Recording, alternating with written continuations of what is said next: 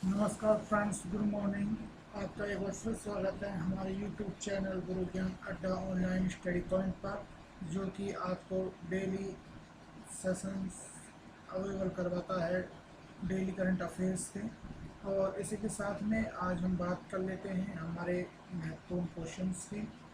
2 मई में क्या महत्वपूर्ण क्वेश्चंस या इम्पोर्टेंट क्वेश्चंस रहने वाले हैं। तो फटाफट से सेशन को शुरू कर देते हैं। और सेशन को शुरू करने से पहले एक छोटा सा आपसे निवेदन कि आप अधिक से अधिक इस सेशन को अपने दोस्तों में शेयर करें और अधिक से अधिक इसको लाइक करें। और इसी के साथ में जो बेल आइकन है उसका उंगली दबाते हुए उसको सब्सक्राइब कर लें। और सबसे महत्वपूर्ण निवेदन आपसे ये है कि जो आज का टारगेट है लाइक्स का, वो है 200 लाइक्स और साथ में 200 सब्सक्राइबर्स। और इसी के साथ में यदि आपको इस सेशन से संबंधित कोई पीडीएफ चाहिए तो आप पीडीएफ हमारे टेलीग्राम ग्रुप से ले सकते हैं। और इसी के साथ में आज का पहला क्वेश्चन शुरू करते हैं। तो देखिए, आज का पहला क्वेश्चन है कि हाल ही में सत्कर्ता आयुक्त कौन बनाए गए हैं। तो देखिए, हाल ही में सत्कर्ता आयुक्त बनाए गए हैं सुरेश एन पटेल। अब इसी के साथ में इनकी फ़ोटो भी देख लेते हैं। ये इनकी फ़ोटो रहेगी सुरेश एन पटेल साहब की। इसी के साथ में सत्कर्ता जो केंद्रीय आयोग है उसकी बात कर लेते हैं। तो आपको बता दें, जो केंद्रीय सत्कर्ता आयोग है इसकी स्थापना 1964 में हुई थी। और ये क्या कार्य करती है, तो ये केंद्र में जो भ्रष्टाचार होते हैं उन पर निगरानी करती है और उन पर लगाम लगाती है। और इसी के साथ ही देख लेते हैं कि इसकी स्थापना किस समिति के सिफारिश पर हुई थी। तो इस इसकी स्थापना संथानम समिति की सिफारिश पर हुई थी। इसी के साथ में हम देख लेते हैं कि इसका मुख्यालय, तो इसका मुख्यालय नई दिल्ली। हम आपको एक छोटा सा आइकन इसी फोटो के साथ में आपको उपलब्ध करवा रहे हैं जिसमें समस्त डिटेल इससे संबंधित है। तो देख लीजिएगा कि वर्तमान में जो मुख्य सत्कर्ता आयुक्त बने हैं वो बने हैं आपके संजय कोठारी जी। और संजय कोठारी जी इस पद पर आने से पहले हमारे जो रामनाथ कोविंद जी थे राष्ट्रपति साहब, उनके सचिव थे।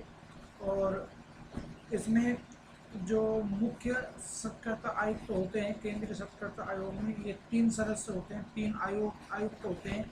पहले होते हैं मुख्य सत्कर्ता आयुक्त, दूसरे होते हैं सत्कर्ता आयुक्त और तीसरे होते हैं अतिरिक्त सत्कर्ता आयुक्त। तो हमने यहाँ पर तीनों के नाम अवेलेबल करवाए हैं जो तीनों बने हैं अभी अभी हाल ही में। तो आप ज़रूर देख लीजिएगा और अपडेट हो जाइएगा, अपने आप को अपडेट कर लीजिएगा इस क्वेश्चन से। तो आपको हम बता देते हैं कि संजय कोठारी जी इसके मुख्य सत्कर्ता आयुक्त हैं। इसी के साथ में सत्कर्ता आयुक्त रहेंगे सुरेश एन पटेल साहब, जिसके आधार पर ये क्वेश्चन है और इनकी फ़ोटो आप देख ही रहे हैं। साथ में आपको बता दें, अतिरिक्त सत्कर्ता आयुक्त या अन्य सत्कर्ता आयुक्त भी इसको कहते हैं, ये बने हैं शरद पवार जी। और इसी के साथ में दूसरा क्वेश्चन देख लेते हैं। दूसरा क्वेश्चन देखने से पहले एक छोटी सी डिटेल आपको बता दें कि जो सुरेश एन पटेल साहब हैं ये पहले आपके आंध्रा बैंक के सीईओ और एमडी भी रह चुके हैं। इसी के साथ में दूसरा क्वेश्चन देख लेते हैं। दूसरा क्वेश्चन आपका रहने वाला है कि हाल ही में किसको लोक उद्यम चयन बोर्ड यानी कि पीईएसबी का नया अध्यक्ष बनाया गया है। तो देखिए, आपको हम बता देते हैं, public enterprises selection board PESB की फुल फॉर्म होगी। और इसके जो अध्यक्ष बने वो बने हैं अभी हाल ही में राजीव कुमार साहब, और ये 29 तारीख को बने हैं। और इसी के साथ में राजीव कुमार साहब की अगर बात करें तो ये 1984 के झारखंड कैडर के आईएएस ऑफिसर भी हैं। और इन्होंने कपिल देव त्रिपाठी जी का स्थान लिया है। इसी के साथ में आपको बता दें कि जो अभी कपिल देव त्रिपाठी जी हैं वो हाल ही में जो आपके सत्कर्ता आयुक्त बने हैं संजय कोठारी जी, उनके जगह पर राष्ट्रपति जी के सचिव नियुक्त किए गए हैं। इसी के साथ में आपको बता दें कि जो आपके राजीव कपूर साहब हैं ये पूर्व वित्त सचिव भी रह चुके हैं। इसी के साथ में इस क्वेश्चन की अधिक डिटेल को देखेंगे। सबसे पहले हम आपको फ़ोटो प्रोवाइड करवा देते हैं। ये हैं आपके राजीव कुमार जी, जिनको हाल ही में इस विभाग का अध्यक्ष बनाया गया है। बात कर लेते हैं PESB यानी कि पब्लिक इंटरप्राइजेज सिलेक्शन बोर्ड की। तो यह एक उच्च स्तरीय निकाय है जो सरकार को मैनेजमेंट यानी कि प्रबंधन और केंद्रीय सार्वजनिक क्षेत्र में अपनी राय देता है। इसी के साथ में देख लेते हैं और इससे संबंधित डिटेल। तो आपको बता दें, इसकी जो वर्तमान निदेशक हैं वो हैं कैलाश दान रतन, और वर्तमान अध्यक्ष आपको पता ही है, अभी हम बता रहे थे आपको, राजीव कपूर साहब इसके नए अध्यक्ष बने हैं। इसी के साथ में अगला तीसरा क्वेश्चन देख लेते हैं। तो देखिए, तीसरा क्वेश्चन आपका बनता है कि हाल ही में नेबरहुड क्लास योजना किस राज्य में लागू की गई है। तो आपको हम बता दें, हाल ही में जो नेबरहुड क्लास योजना है वो त्रिपुरा के अंदर प्रारंभ की गई है। इसी के साथ में आपको हम बता देते हैं, त्रिपुरा की राजधानी अगरतला बनती है। विप्लव देव कुमार यहाँ आपके मुख्यमंत्री बनते हैं। इसी के साथ ही यहाँ जो राज्यपाल हैं रमेश बैस साहब आपके यहाँ राज्यपाल हैं। साथ में संजय करोल यहाँ जो त्रिपुरा उच्च न्यायालय है उसके मुख्य न्यायाधीश हैं। इसी के साथ में इसकी डिटेल देख लेते हैं। तो इसका उद्देश्य है त्रिपुरा राज्य के प्रत्येक छात्र को लॉकडाउन की जो समय अवधि चल रही है इसके अंतर्गत शिक्षा उपलब्ध कराने हेतु इसको लॉन्च किया गया है। और इसके अंतर्गत एक शिक्षक के द्वारा 5 छात्रों को तब तक पढ़ाया जाएगा जब तक कि स्कूल नहीं खुल जाते, यानी कि लॉकडाउन ख़त्म होकर स्कूल नहीं खुल जाते। इसी के साथ में हाल ही में एक अभी मार्च में एक योजना लागू हुई थी यहाँ पर, और उस योजना का नाम था मुख्यमंत्री युवा जोमाजोग योजना। तो देखिए, ये जोगाजोग योजना क्या थी, इसके अंतर्गत जो 2019-21 का जो सत्र है, शैक्षणिक सत्र, उसमें जो बच्चे मेरिट में आए थे उन बच्चों को राज्य सरकार के द्वारा या उन छात्रों को राज्य सरकार के द्वारा स्मार्टफोन वितरित किए गए थे। तो ये स्मार्टफोन वितरण योजना थी जो मेरिट होल्डर स्टूडेंट्स रहे थे यहाँ के 10th और 12th लेवल के। तो ये आप 2 योजनाएं यहाँ से संबंधित आप बिल्कुल ध्यान रखेंगे। इसी के साथ में अगला क्वेश्चन देख लेते हैं। अगला क्वेश्चन है आपका क्वेश्चन नंबर 4, किस देश ने कोविड-19 से लड़ने के लिए कोविड सेफ नामक कोरोना ट्रैकिंग ऐप लॉन्च किया है। तो ये किया है आपका ऑस्ट्रेलिया ने। और इसकी अगर हम आपको फ़ोटो उपलब्ध करवाएं तो आपको फ़ोटो करवा देते हैं, देख लीजिए। ये इस प्रकार का ऐप है। अगर इसकी बात करें तो जैसे भारत में आरोग्य सेतु ऐप लॉन्च किया गया है, सेम उसी की तरह है। ये आपको कोरोना वायरस से बचने के लिए महत्वपूर्ण उपाय और सुझाव देगा। साथ में जो कोरोना प्रभावित लोग हैं उनके उनके संपर्क में आते ही ये आपको अलर्ट कर देगा। इसके साथ में ऑस्ट्रेलिया की थोड़ी सी डिटेल देख लेते हैं। तो ऑस्ट्रेलिया के जो वर्तमान राजधानी है वो है कैनबरा, और यहाँ ऑस्ट्रेलियन डॉलर मुद्रा बनती है। साथ में जो यहाँ के PM है वो हैं स्कॉट मॉरिसन। और ऑस्ट्रेलिया से संबंधित आप यह क्वेश्चन भी ध्यान रखेंगे कि जो पिच ब्लैक 2020 युद्धाभ्यास था भारत और ऑस्ट्रेलिया का, इसको कोरोना वायरस के चलते स्थगित कर दिया गया है। और 2 युद्धाभ्यास जो हैं वो भारत के साथ ऑस्ट्रेलिया के होते हैं। पहला तो है आपका ऑक्सी इंडेक्स एक्सरसाइज या युद्धाभ्यास, और दूसरा आपका पिच ब्लैक युद्धाभ्यास। इसको आप बिल्कुल ध्यान रखेंगे, अपडेट रहेंगे इस क्वेश्चन से। इसी के साथ में नेक्स्ट क्वेश्चन देख लेते हैं। नेक्स्ट क्वेश्चन रहेगा आपका कि हाल ही में 30 अप्रैल को किस प्रसिद्ध हॉलीवुड अभिनेता का निधन हो गया है। तो आप बताएंगे। तो इसका सही उत्तर होगा ऋषि कपूर। और ऋषि कपूर साहब का अभी 30 अप्रैल को उनका आकस्मिक निधन हो गया है। और इसी के साथ में देख लेते हैं इनसे संबंधित कुछ डिटेल्स। तो आपको बता दें कि जो फिल्म कैरियर की शुरुआत है, इन्होंने आपको फ़ोटो में हम अवेलेबल करवा रहे हैं इन सब डिटेल्स को, देख लीजिएगा। ऋषि कपूर साहब, इनका निधन 30 अप्रैल 2020 को हुआ और इन्होंने अपने जो फिल्म कैरियर की शुरुआत की थी वो की थी 1970 में, और फिल्म थी जोकर। जोकर के साथ में इन्होंने फिल्म करियर की शुरुआत की थी और इनको जो मुख्य अभिनेता का रोल मिला था वो मिला था 1973 में बनी एक फिल्म रॉबी में। इसी के साथ में उन्होंने फिल्म फेयर अभिनेता पुरस्कार भी मतलब जीत रखा था या उससे सम्मानित हो चुके थे। इसके साथ में ही वर्ष 2008 में film film fair life time achievement award भी इनको मिल चुका है। इनकी पत्नी का नाम रहेगा नीतू कपूर और बेटे का नाम रहेगा रणबीर कपूर। इसी के साथ में नेक्स्ट क्वेश्चन देख लेते हैं। अगला प्रश्न रहेगा आपका प्रश्न नंबर 6। हाल ही में कर्नाटक के किस पूर्व क्रिकेटर को यूएसए यानी कि अमेरिका की राष्ट्रीय क्रिकेट टीम का कोच नियुक्त किया गया है? तो सही उत्तर होगा आपका जे अरुण कुमार। और यहाँ पर आपको हम दिखा देते हैं जे अरुण कुमार साहब की फ़ोटो, और इसी के साथ में आपको हम बता देते हैं इनसे संबंधित थोड़ी सी डिटेल। तो देखिए, ये अमेरिका के अभी हाल ही में नए जो वहाँ की राष्ट्रीय टीम है क्रिकेट की, उसके कोच के रूप में नियुक्त किए गए हैं और ये 29 अप्रैल को इनकी नियुक्ति हुई है। और इनसे पहले अगर बात करी जाए कि इस टीम का कोच कौन था, तो जेम्स पेमेन इस टीम के कोच थे।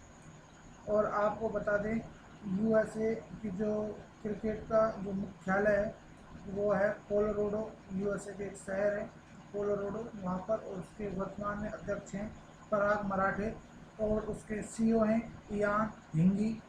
और इसी के साथ में रोबिन सिंह की बात कर लें तो रोबिन सिंह भी अभी हाल ही में आपके यूएई यानी कि यूनाइटेड अरब अमीरात की जो क्रिकेट टीम है उसके डायरेक्टर नियुक्त किए गए हैं। तो इनकी थोड़ी सी अगर बात करें तो ये 2006 से और 2008 तक, यानी कि जे अरुण कुमार 2006 से 2008 तक कर्नाटक टीम के खिलाड़ी रहे हैं। इसके अलावा 2008 से 2010 तक इन्होंने रॉयल चैलेंजर्स बेंगलुरु जो आईपीएल की टीम है उसमें अहम भूमिका निभाई है, यानी कि उसके भी ये खिलाड़ी रह चुके हैं। अगर यहाँ अमेरिका की बात करेंगे तो सर अमेरिका की राजधानी रहेगी वाशिंगटन डीसी और आपके राष्ट्रपति रहेंगे डोनाल्ड ट्रंप। मुद्रा रहेगी यूएस डॉलर। इसी के साथ में बात कर लेते हैं अगले क्वेश्चन की। अगला क्वेश्चन है आपका, हाल ही में कतर में भारत के नए राजदूत के रूप में किसे नियुक्त किया गया है? तो सर आपको बताना है कि कौन है जिनको कतर में अभी नियुक्त किया गया है। तो वो हैं दीपक मित्तल साहब। और दीपक मित्तल साहब की अगर आपको हम फोटो अवेलेबल कराएं तो ये आपके दीपक मित्तल साहब हैं, जो कि 1982 कैडर के एक आईएफएस यानी कि इंडियन फॉरेन सर्विस के अफसर हैं।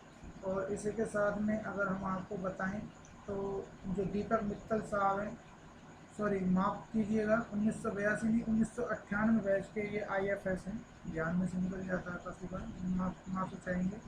और जो दीपक मित्तल साहब हैं इन्होंने पी कुमारन का स्थान लिया है। और अगर बात करी जाए कतर की तो सर आपकी कतर की राजधानी बनती है दोहा। मुद्रा बनेगी रियाल, कतरी रियाल।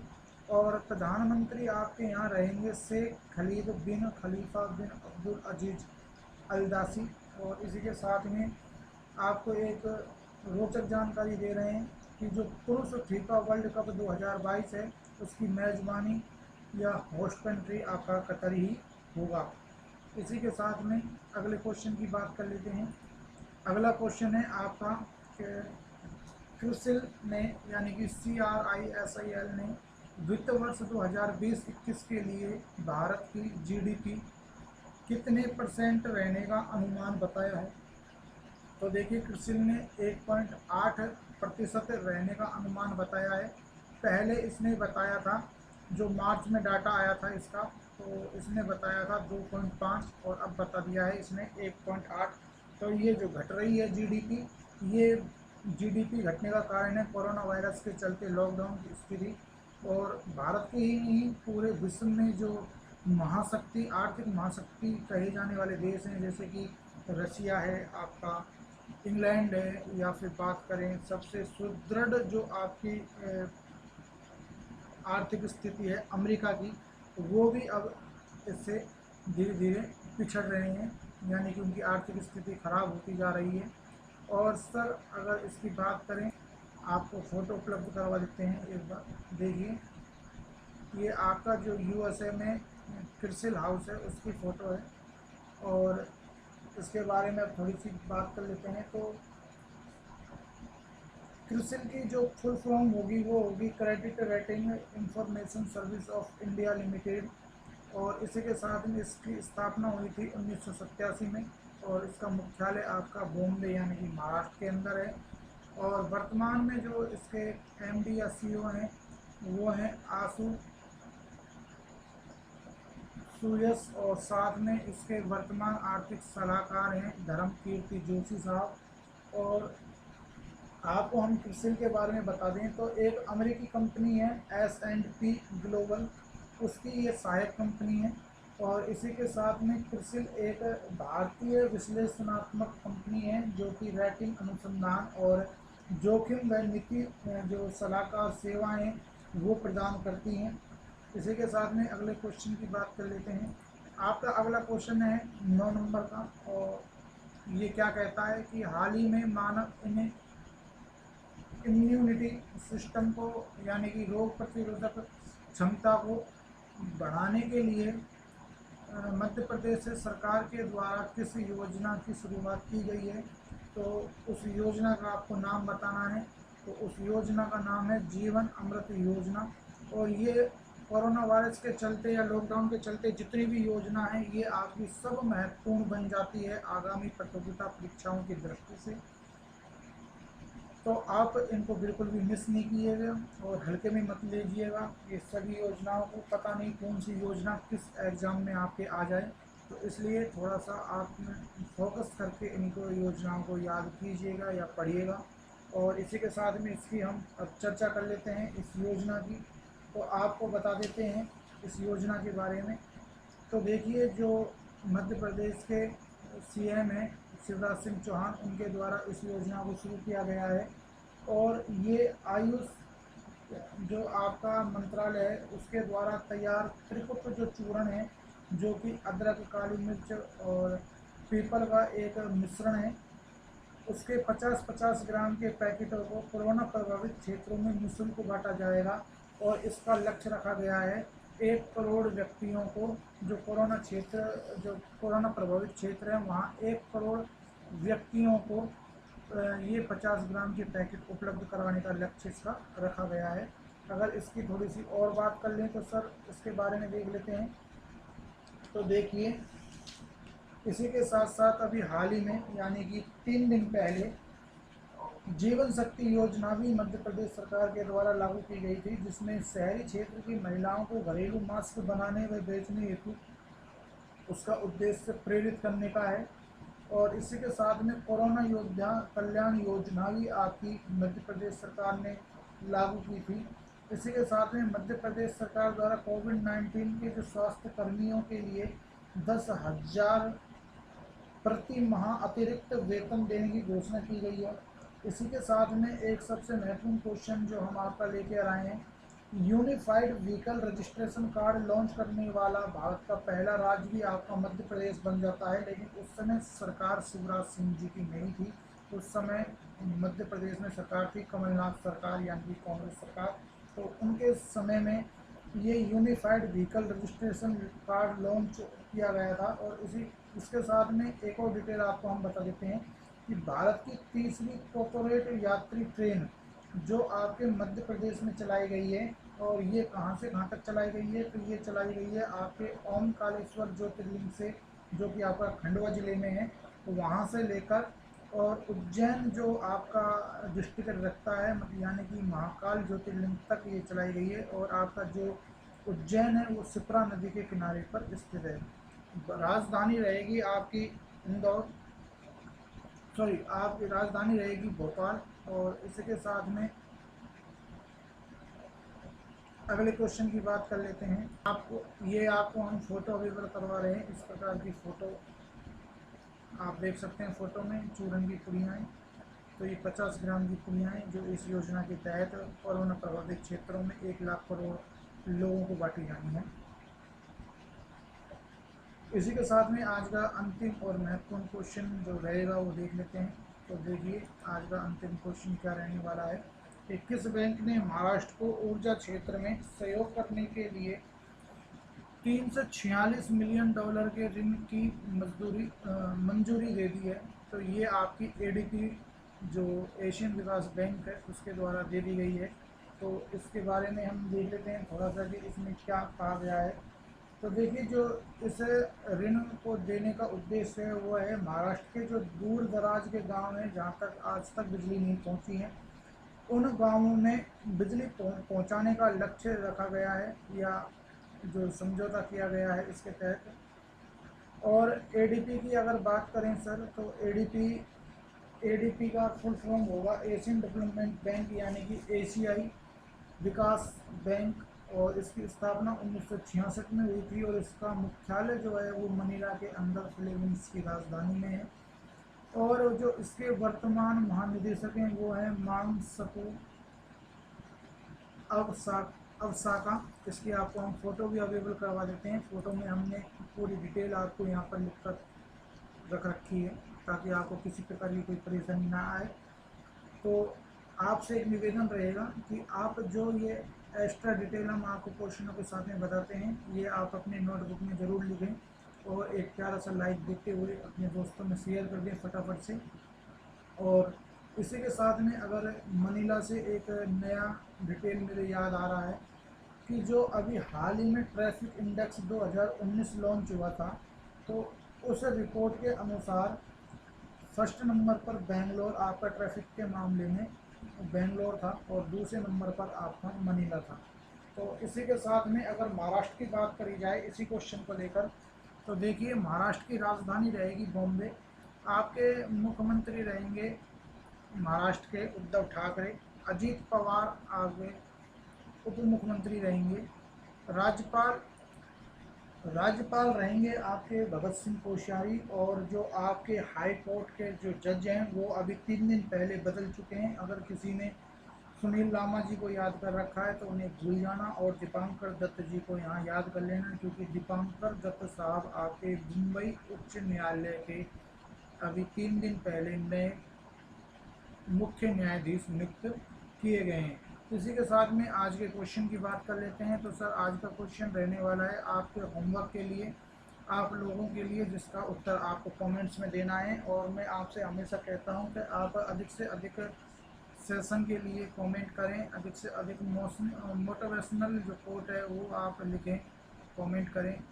और इसी के साथ में देख लेते हैं कि किस राज्य ने देश में सबसे पहले यूनिफाइड रजिस्ट्रेशन कार्ड सेवा लॉन्च की है।